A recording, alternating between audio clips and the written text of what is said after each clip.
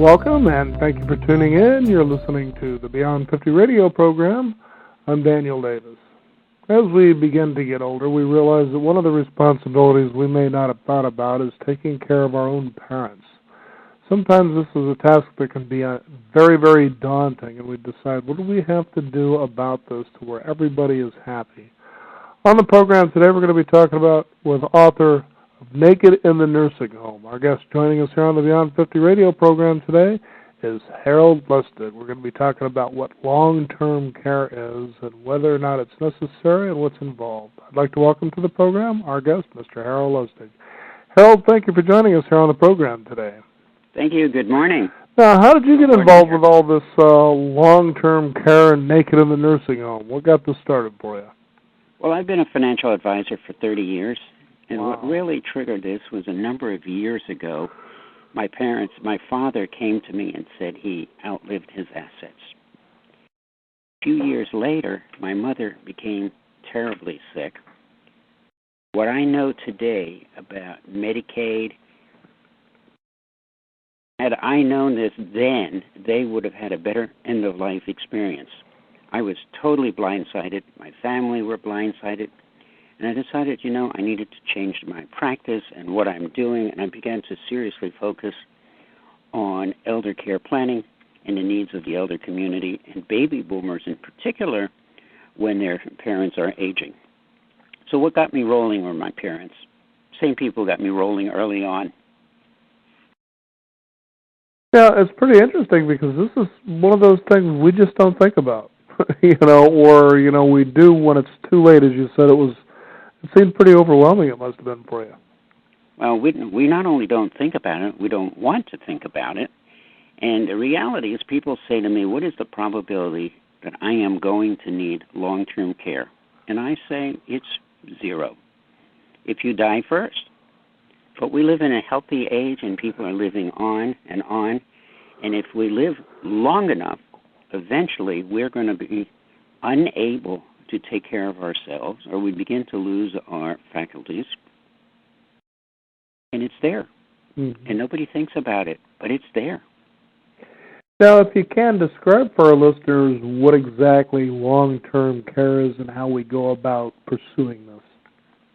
Okay. Long-term care, very simply put, is when someone cannot do what is called the activities of daily living: bathing, eating by themselves, transporting themselves, say, from the bed to the bathroom. When you can't do this and you need the help of somebody else, that is long-term care in its simplest terms. 86% of people in assisted living need help with their medications. That is a form of long-term care. Simply put, it's when somebody else helps you get through life. And what's involved in going about this process to be sure that you choose how to be, to have everything in place? Well, basically, the most important thing to do is literally to do, if we're talking about yourself, if we're talking about an individual who's, say, in their 50s and 60s, you've got to make sure that your financial house is in order, that you communicate with your family that if you become disabled on an extended basis, where do you want your care? Who do you want by your side? Who do you want to help take care of you? And the best thing to do is to put that down in writing. So people need to have in place a medical power of attorney, an advanced health directive, a financial power of attorney. When you put these documents in place, it gives you an opportunity to think through who's going to help you when you need it. Mm-hmm. I would say that's the best place to start. That and some form of financial plan where you address where will the money come from. The two biggest issues are who will take care of me and how will I pay for it. And you've got to start addressing this as a younger person. And I'm defining younger as 50s and 60s. Now, there's a reason for that, because this can be something that if you wait until it seems to be right there in your lap, that it can be fairly expensive. Is that correct? Fairly expensive is probably an understatement. Ah, okay. The cost of care today on a national average basis is between $8,000 and $10,000 a month. Wow. That is real money. It doesn't take long to become destitute. It could easily take 6 months to burn through and run out of your assets. And for the government to help, you basically have to be broke or be prepared for it. Mm-hmm. Amazing to think about this kind of a thing. Now, what were some of the things that you didn't expect as you got involved with this that really surprised you, that you thought, well, I wouldn't have thought of something like that? Well, first off, the first thing, I'm going to go back to my parents. Okay. My brother and I kept asking my parents, how are things going? And the answer that we got was fine. Everything is fine. Now, my parents were living in Baltimore. My brother was in Chicago. I was in San Francisco. The first thing that I didn't expect was the degree of denial at my parents' level. The second thing was I was just beginning in the field, so I didn't see it coming. And my brother, a pretty astute guy, his belief was it would never happen to either our parents or to him. Mm-hmm. So that was truly unexpected. The other thing that surprises me, I've been a financial planner for 32 years, is how unaware most people are to the nightmare of long-term care. Mm-hmm. It is a total commitment. People say another unexpected thing is, well, I will stay at home, or my kids will take care of me. People have no understanding what it means to have somebody who doesn't know who you are, who has dementia or might be belligerent, living with you. That was a shock. You know, it's pretty amazing when you think about what's really involved, too, because, you know, a lot of people think, well, they want to take the opportunity to be able to maybe think that they can do this on their own, and they don't realize, you know, this is a lot tougher than you think. Right. One of the things that I talk about in the book, there's a chapter in the book about long-term care insurance, and I wouldn't mind spending a minute or two on that. But long-term care insurance can be used to hire somebody to take care of yourself or an elderly parent. The problem is, do you really want your children to be your caregiver, or do you want your children to manage the care that you're receiving? And long-term care insurance can pay for that.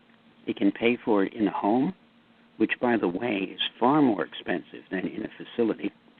It'll pay for an assisted living or a nursing home ultimately. People need to really address using insurance and getting somebody else to pay rather than destituting themselves. Mm-hmm. Now, who provides long-term care? How do people go about assessing where to go and what the costs may be to get involved with something like this? A lot of it has to do with the degree of the degree of the person's, let's say, dementia. Mm-hmm. If the main sources, excuse me for a second, the main sources for care starts in the home. So if you have a family member, people say, well, my spouse or my child will take care of me. From there, if you can't do one or two activities of daily living, then somebody, locally, your family or a neighbor might be able to help. But once you start becoming unable to do 2, 3, and 4 activities of daily living, you need to look at either an assisted living or something called board and care. These are smaller assisted living facilities, far more personal, and ultimately a nursing home. I have, for example, a client. He is 89 years old, a total care patient. The wife is 72. She's taking care of him. It's becoming obviously impossible. Because of her denial, they will not bring a professional into the house. Now they have to put him into a nursing home. Mm-hmm. So the care starts with family, if there is family. If there isn't family, you need to have the money in the form of insurance so that you can hire a professional to come in. And from there on, it begins to step up into a facility. Now, with here Medicaid, this is one of those big debates that you always seem to hear with every presidential, election that's coming along the horizon. What kind of changes in that has happened that people need to be aware when it comes to this, along with long-term care? Medicaid, for many people, is the insurance of last resort. To qualify for Medicaid, well, let's back up for a second. There's Medicare and Medicaid. Medicare, people assume, will take care of long-term care. Forget it. Mm-hmm. Not true. Medicare is like health insurance. If you have an acute illness or something that you will get better from, Medicare will pay for that. But once it becomes chronic or ongoing, you're looking to Medicaid. Medicaid, unfortunately, is administered differently from state to state, from county to county, and sometimes from Medicaid worker to Medicaid worker. It's really a puzzle. To qualify for Medicaid, you basically have to be almost destitute. Mm-hmm. If you're married, you've got more protections than a single person. But what Medicaid will do, it will pay for care in the nursing home. It will not pay for care in the home. It won't pay for it in assisted living. But if you come to the point in time where there's a nursing home there, you have to either spend down your assets or pre-plan, work with an elder law attorney to put your assets in such a position that the bulk of your assets become non-counted assets. For example, people say, well, my husband is going into the nursing home, I'm going to have to sell the house. Not true. The house where you live is a protected asset. The car is a protected asset. So you have to meet spend down. You have to qualify for Medicaid. You have to have only so much in assets. It depends on the states. I know this is broadcast to multiple states, so the rules are different in each state. Some states, the most a married couple can keep is $113,000 in addition to the home. Other states, it's a lower amount. So if Medicaid is going to be an issue, you need to work with an elder law attorney in your state.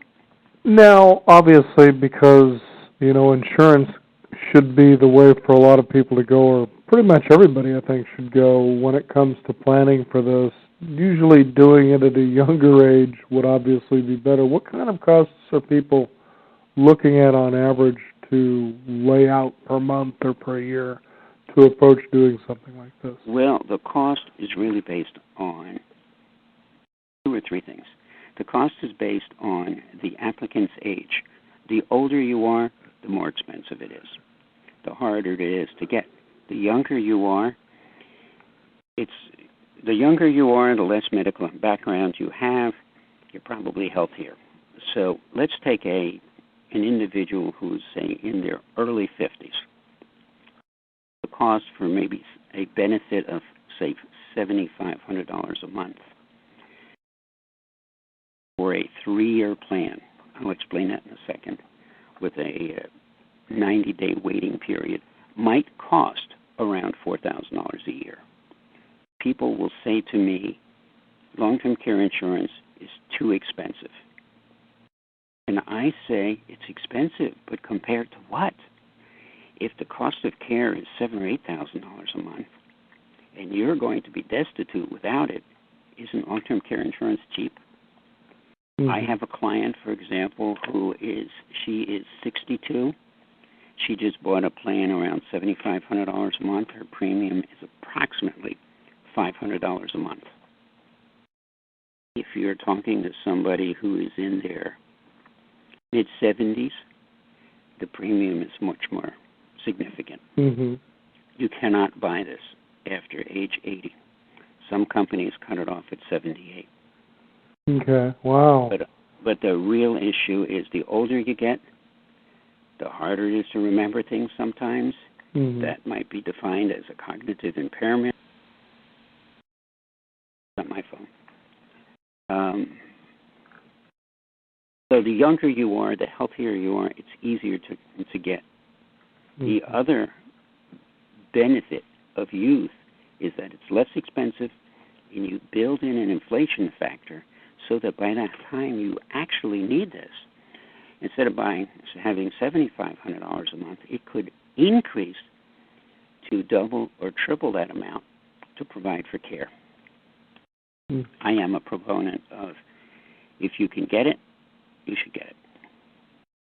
Now, Harold, it seems like when it comes to long-term care, now this could be one of those situations that a person goes into, to do the right thing, but, let's just be honest, there are people out there that are probably in your line of work that it's sort of like maybe a woman going to buy a used car, getting car service. All of a sudden you have this guy realizing, well, here's somebody that's pretty ignorant. All they got to do is throw a couple of things that seem to be major concerns out there, and pretty soon I've soaked up their wallet.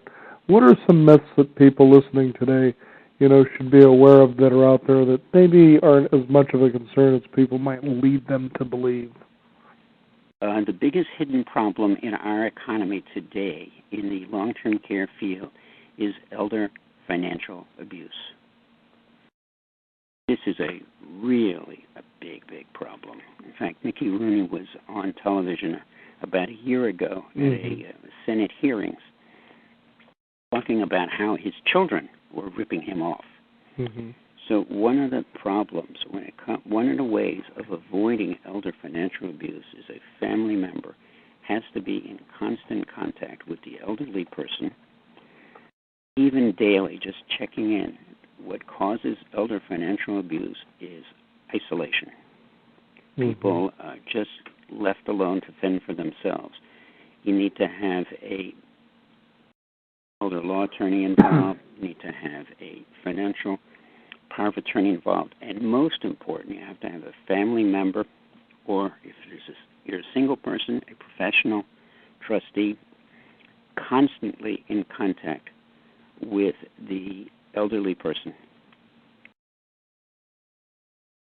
The problem is the elderly will say yes because they can't say no.